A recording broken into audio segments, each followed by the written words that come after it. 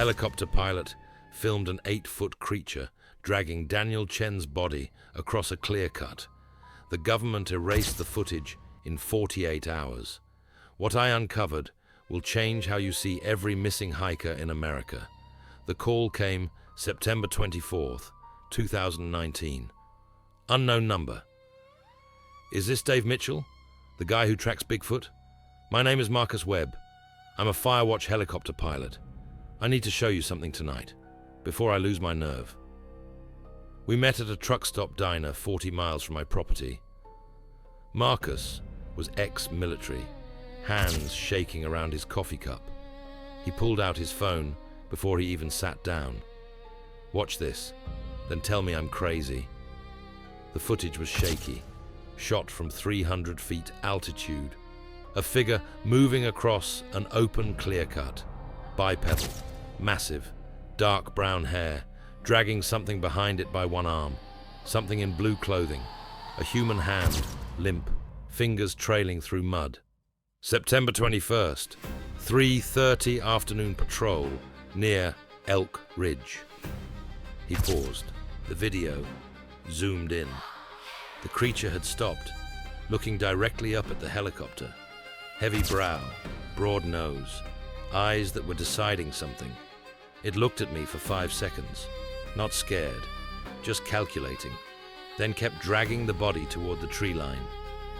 Did you report this? Same day.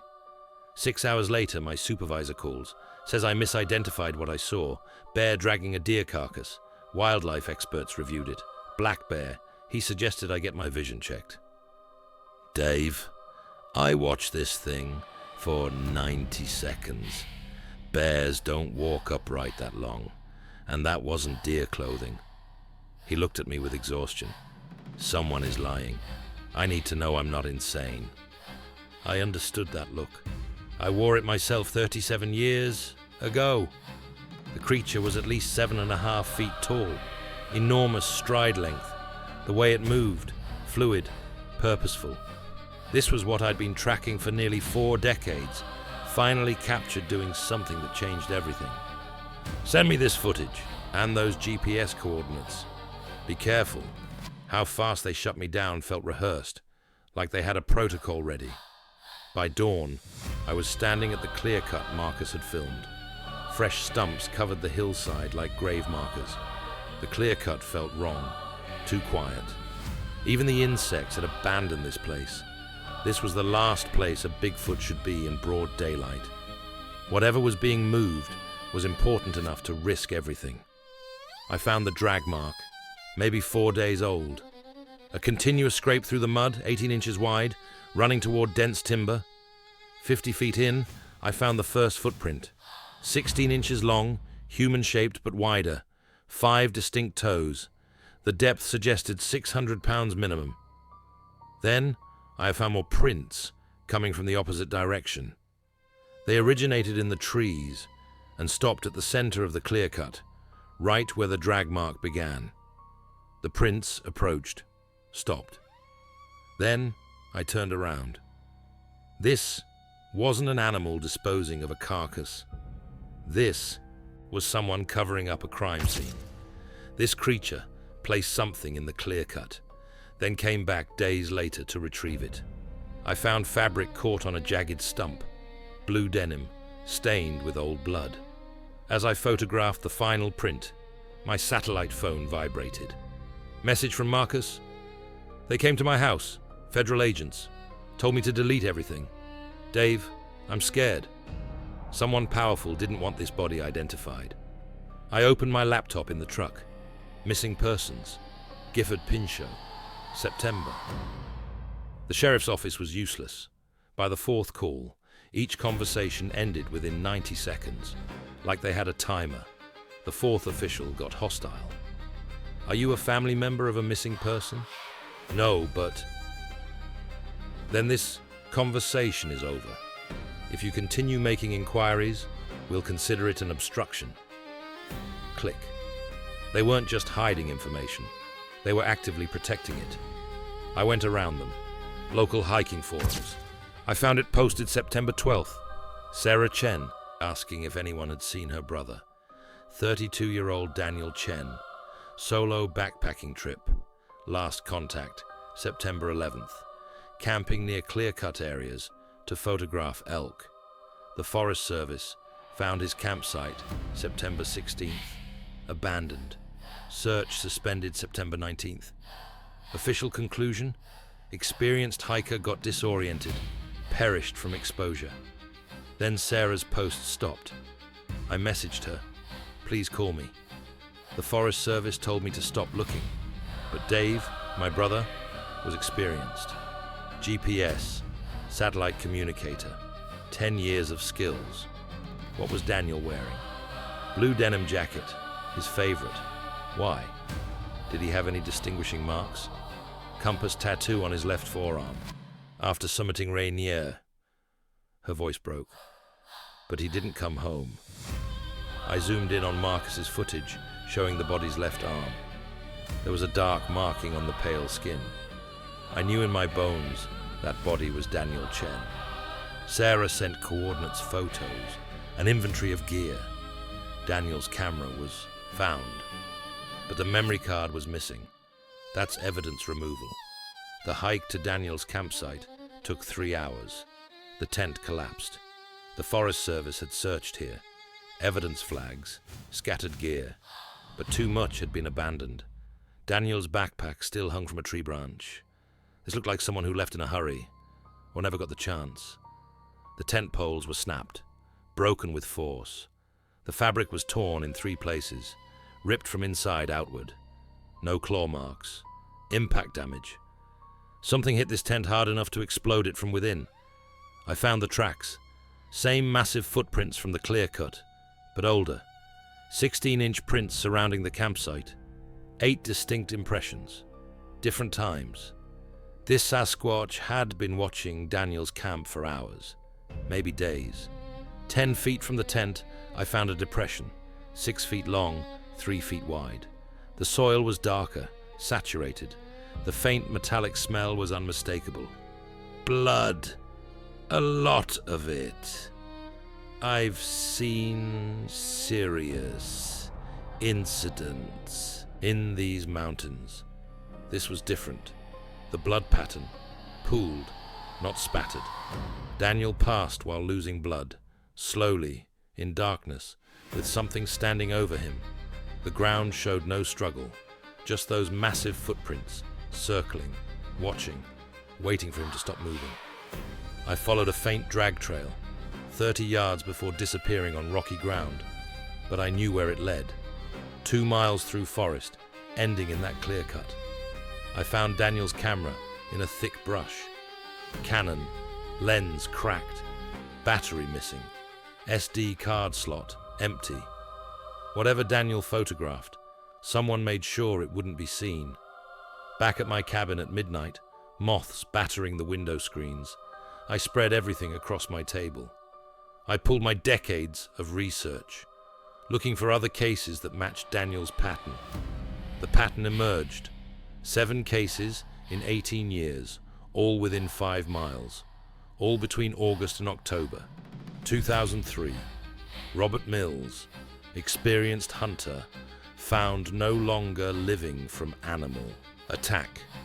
Wounds didn't match known predators. 2008. Amanda Torres, solo hiker, disappeared completely.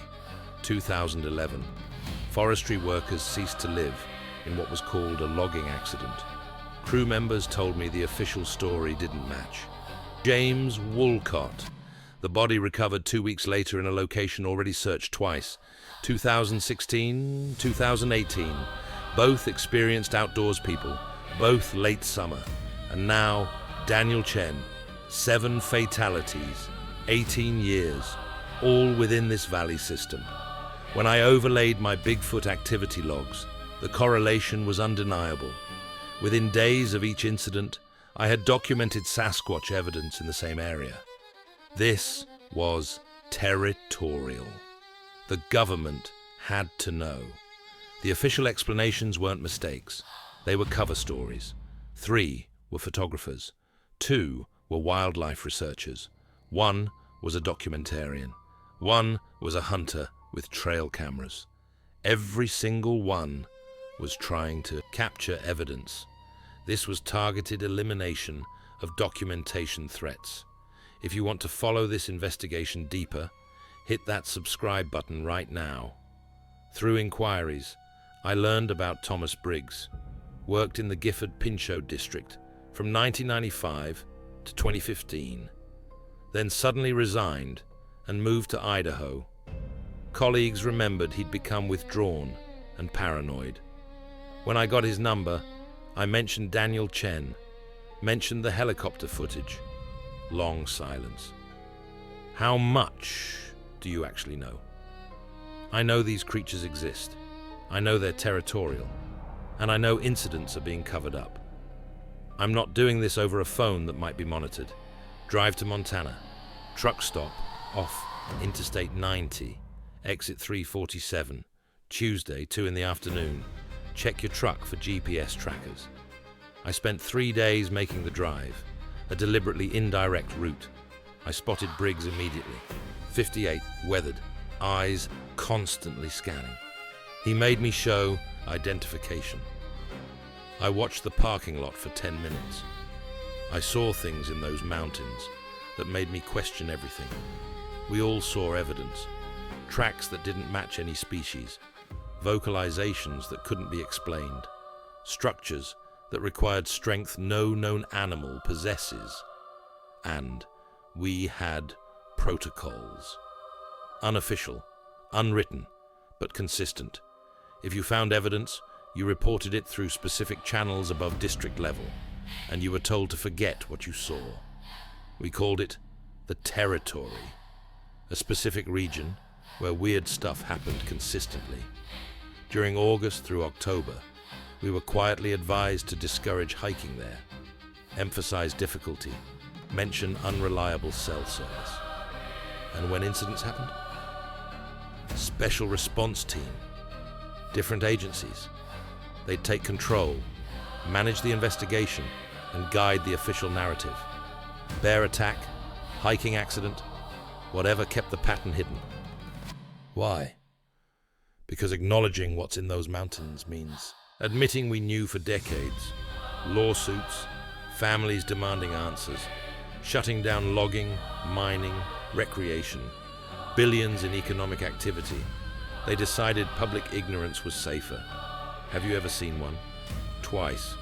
The first time, things crossed a meadow 200 yards away, 8 feet tall. I reported it.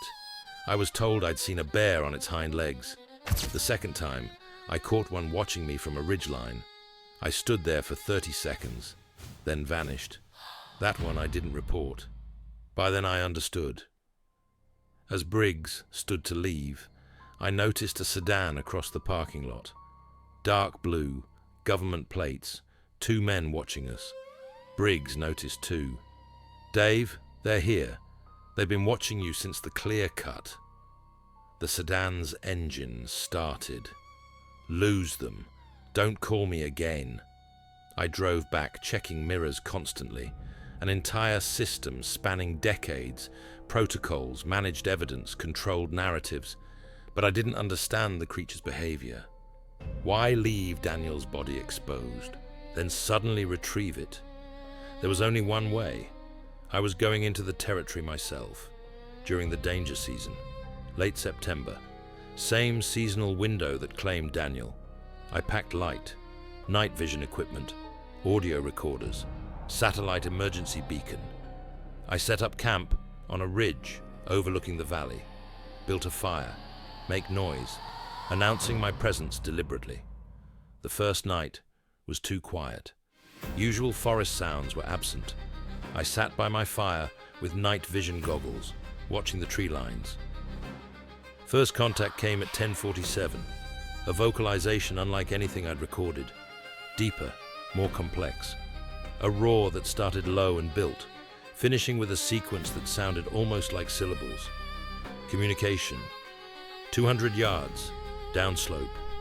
Then another answered from the opposite ridge. Different voices. They were talking about me. At 11:20, Something large crashed through the brush below, deliberately. Intimidation display. Midnight. I saw it through night vision. Massive, bipedal silhouette, standing in the tree line, 80 yards from camp. It stood motionless, just watching. For 2 hours. Patient. Calculating.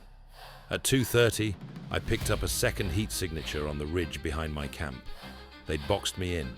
One below, one above. This was tactical positioning. At 3:47, I heard vocalizations from 3 directions. They were counting. Low grunt. Pause. 2 low grunts. Pause. 3 low grunts. Coordinating numerically. Teaching each other my exact position using mathematics. These weren't animals. They were soldiers. I stood slowly, raised my hands. I'm not hunting. I'm not here to harm you. I understand this is your territory. I'm leaving now. I packed deliberately, maintained eye contact, demonstrated compliance. I walked out. They let me go. They could have attacked. Instead, they enforced their boundary with minimum necessary force. This wasn't mindless aggression. This was law enforcement. They had rules, consequences, but they applied them with judgment.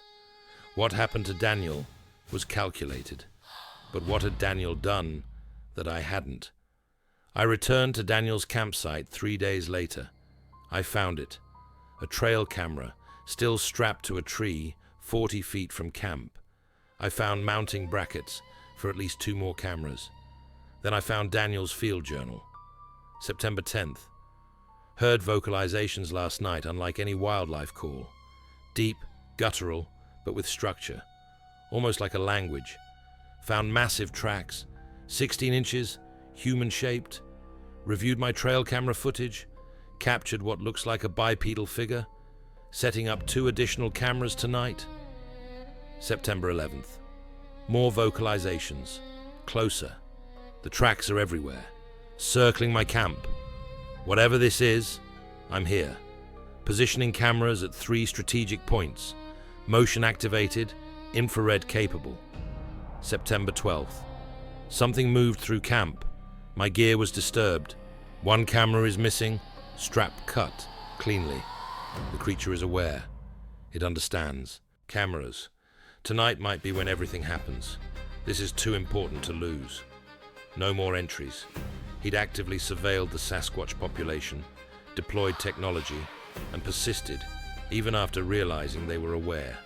In their eyes, he wasn't an innocent trespasser. He was a threat to their secrecy, their survival. He was hunting them with cameras. They eliminated him. My 37 years had never crossed that line. I'd tracked from a distance, never set camera traps in their core territory. That's why I was allowed to leave while Daniel wasn't. But why leave his body exposed for 5 days? Why suddenly retrieve it when the helicopter appeared? I pulled up Marcus's flight logs. September 17th wasn't routine. The route was unusual. A special request to investigate an unauthorized logging complaint. But there was no record of any such complaint. I dug deeper into helicopter activity over the territory. Surveillance occurred 4 to 6 times per year. Each time my Bigfoot activity logs showed a spike in sightings along the periphery, as if the creatures were deliberately moving away from cover when they knew aircraft were coming. They could hear helicopters from miles away. They'd learned to avoid being photographed from above. When Daniel passed on September 12th, the creatures had options. Hide the body where it would never be found, or leave it as a warning. This is what happens when you cross our boundaries. They chose the warning. But on September 17th, a helicopter was scheduled. If it photographed the body, if evidence went public, the territory would be swarmed. The creature's survival depended on remaining hidden. They had to retrieve it before the helicopter arrived. Marcus just happened to arrive during that narrow window. His footage captured them in the middle of damage control. The creatures understood human surveillance technology. They'd learned our patterns, capabilities, schedules. The government's management wasn't one-way monitoring. It was a negotiated standoff. Daniel broke the rules. His end broke the treaty. The retrieval was damage control by both sides. The government erased Marcus's footage. The Sasquatch removed the evidence. What do you think this creature really is? An animal defending territory, or something more intelligent? Drop your thoughts below. But I didn't know how far back this arrangement went. I went back to Briggs. When did this start? 1967, right after the Patterson-Gimlin film. Story goes, there was a classified meeting. Forest Service, National Park Service, Fish and Wildlife. Topic was management protocols for unlisted cryptid species. Policy framework that's guided everything since. The public's stance would remain skeptical. Territories would be managed through soft barriers. When incidents occurred, specialized teams would handle evidence and manage narratives. After 67, aggressive encounters dropped significantly. Like they understood. Stay deep, stay hidden, and they'd be left alone. For 50 years, that mostly worked. Why is it breaking down? The territory is shrinking. Logging, fire suppression, increased recreation, climate affecting food sources. They're being compressed. When territorial animals get squeezed, encounters increase. Daniel Chen's situation wasn't an anomaly. It's the beginning of a new pattern. Dave, the 67 meeting wasn't about discovering Bigfoot. It was about what to do now that one had walked into a park ranger station and tried to communicate. They'd known since the 40s.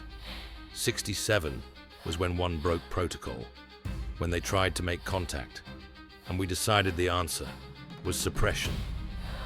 I'm breaking laws talking to you. The classified info, sealed until 2042. But I need you to know what they decided. They had a choice: reveal the species or conceal it. They chose secrecy, and part of that decision was acceptable casualty rates. They calculated how many humans would probably pass per year. They decided some losses were worth it to keep the secret. I dug into federal budget documents, found it in a 2018 Fish and Wildlife report. Large mammal conflict mitigation study, $3.7 million allocation for behavioral research and non-lethal deterrent development for unspecified species in Pacific Northwest remote zones. This was government funding for Bigfoot management, hidden in bureaucratic language. I traced the money to Cascade Wildlife Solutions. I found a former employee, Dr. Rebecca Torres. We were developing acoustic deterrents, field-tested in 3 locations. The subjects adapted within weeks, started avoiding our equipment before we activated it. Some destroyed the devices. They learned, fast. What happened after the project failed?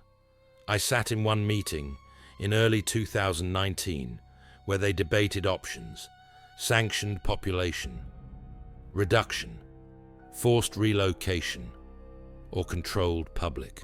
Disclosure. Did Daniel Chen's case factor in? His case happened 4 months after that meeting. The deterrent tests failed November 2018. The meeting about escalation was January 2019. Daniel passed September 2019. You see the timeline? They knew it was coming. I spent weeks compiling reports from my network. When I mapped recent Bigfoot activity from the past 3 years, activity had increased by more than 300% in areas adjacent to human development. The incidents clustered along specific corridors, suggesting migration or communication routes, and the timing was synchronized. Peak activity periods aligned across hundreds of miles. I reached out to Tom Schilling, who'd been documenting vocalizations in the Olympic Peninsula, 200 miles away. He'd collected audio recordings from September 2019, the same month Daniel passed, showing call and response patterns across a 40-mile range. It's structured, complex sequences that repeat with variations, like they're spreading a message through the population. He played me recordings, low-frequency vocalizations, rhythmic patterns. Then the response, recorded 30 miles away 3 hours later. Same pattern, different voices. As Schilling played the third recording, I noticed the timestamp. September 12th, 2019, 11:47 p.m. Play the next one. September 13th, 1:23 a.m. Different location, 60 miles south. Same call pattern. Tom, Daniel Chen passed away on September 12th in the Gifford Pinchot, 200 miles from here. Schilling's face went white. They announced his end, across the entire Pacific Northwest, within hours. These weren't isolated family groups. They were a coordinated population, sharing information across massive distances. When Daniel was no longer living, that information spread. They were adapting collectively. The government's 50-year arrangement had worked because it dealt with scattered groups. Now, they were facing something different, a population that communicates, plans, and responds collectively. I tried contacting Marcus again. Phone disconnected. The employer said he no longer worked there. Last known address, vacant. I found his ex-wife, Carol. Marcus fell apart after he reported that footage. They came to our house 3 times. Federal agents.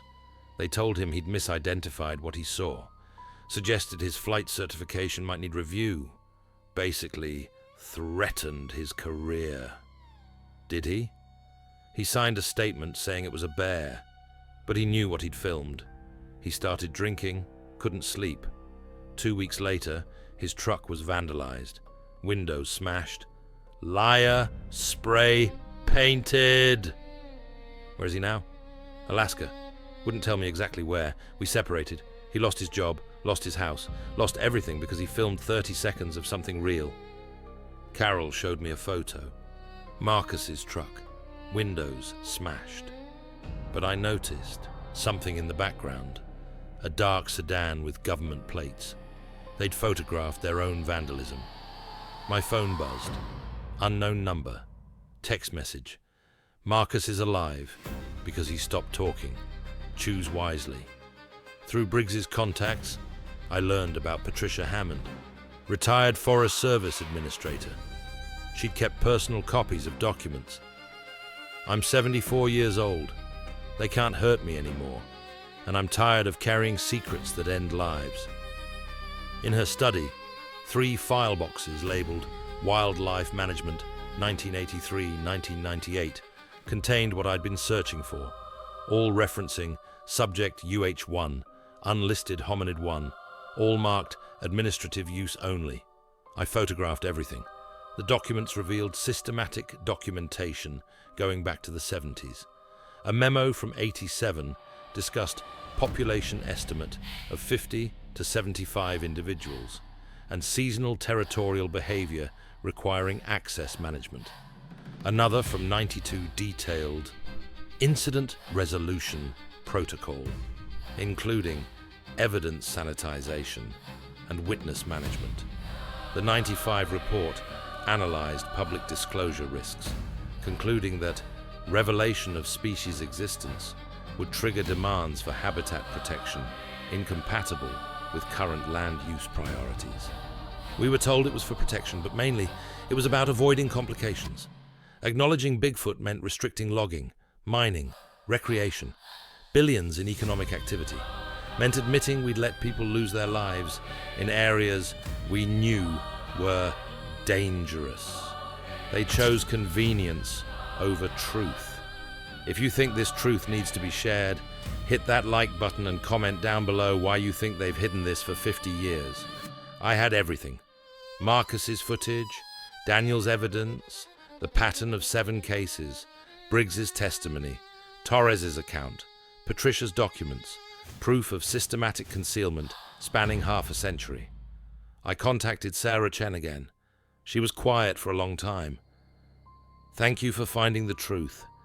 It doesn't bring him back, but at least I know he left this world doing what he loved, searching for evidence. He found it. That cost him everything, but he proved something impossible was real.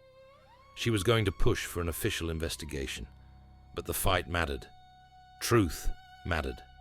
Now, I sit on my porch at dusk, looking at the mountain ridges where I know they live. Somewhere in those remote valleys, Sasquatch families are making decisions about survival. The territory is shrinking. Human development encroaches further. Climate disrupts their food sources. They could disappear entirely. They could submit to human management. Or they could fight, defend their boundaries more aggressively. I don't know which path they'll choose. But they're not myths. They're not monsters. They're intelligent beings trying to survive in a world that denies they exist while systematically destroying their home. That's the real horror. Not that Bigfoot ends the lives of humans who threaten them, but we've created conditions where they have no choice but to defend themselves, and we don't even officially admit they're real.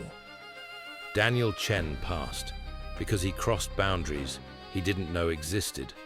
Marcus Webb lost everything for witnessing the truth. The government has concealed an entire species for economic convenience. And somewhere in the territory, they're watching us, calculating, planning, waiting. The treaty is broken. Both sides know it. The question is what happens when concealment becomes impossible, when someone captures footage that can't be erased, when the body count rises high enough that official denial stops working. I've spent 37 years tracking these creatures. I thought I understood them. Now, I realize I've barely scratched the surface. They have language, culture, territory, and law. They coordinate across hundreds of miles. They understand our technology and adapt to counter it. They're not animals to be managed. They're a civilization we've been slowly destroying while pretending it doesn't exist. That's why Marcus was silenced, why Patricia's documents were classified, why rangers like Briggs were told to forget, because acknowledging Sasquatch existence means acknowledging our responsibility, means facing 50 years of denial, means choosing between their survival and our convenience. I'll keep investigating, keep documenting, keep telling the stories that need to be heard, because these mountains hold more secrets, more incidents, more cover-ups, more truth waiting to be dragged into daylight. The treaty that kept these mountains quiet for 50 years is broken, and I don't know what comes next. Daniel Chen learned the hard way that some boundaries aren't marked on any map. They're enforced in blood. If you want to follow me deeper into what the government doesn't want you to know, hit that subscribe button. Drop a comment below. Do you think these creatures will disappear into legend? Or are we heading towards something none of us are ready for? I'll keep investigating, keep documenting, and keep dragging the truth into the daylight. But out here in the territory, the mountains are watching. They always have been. The only question is whether we're brave enough to look back.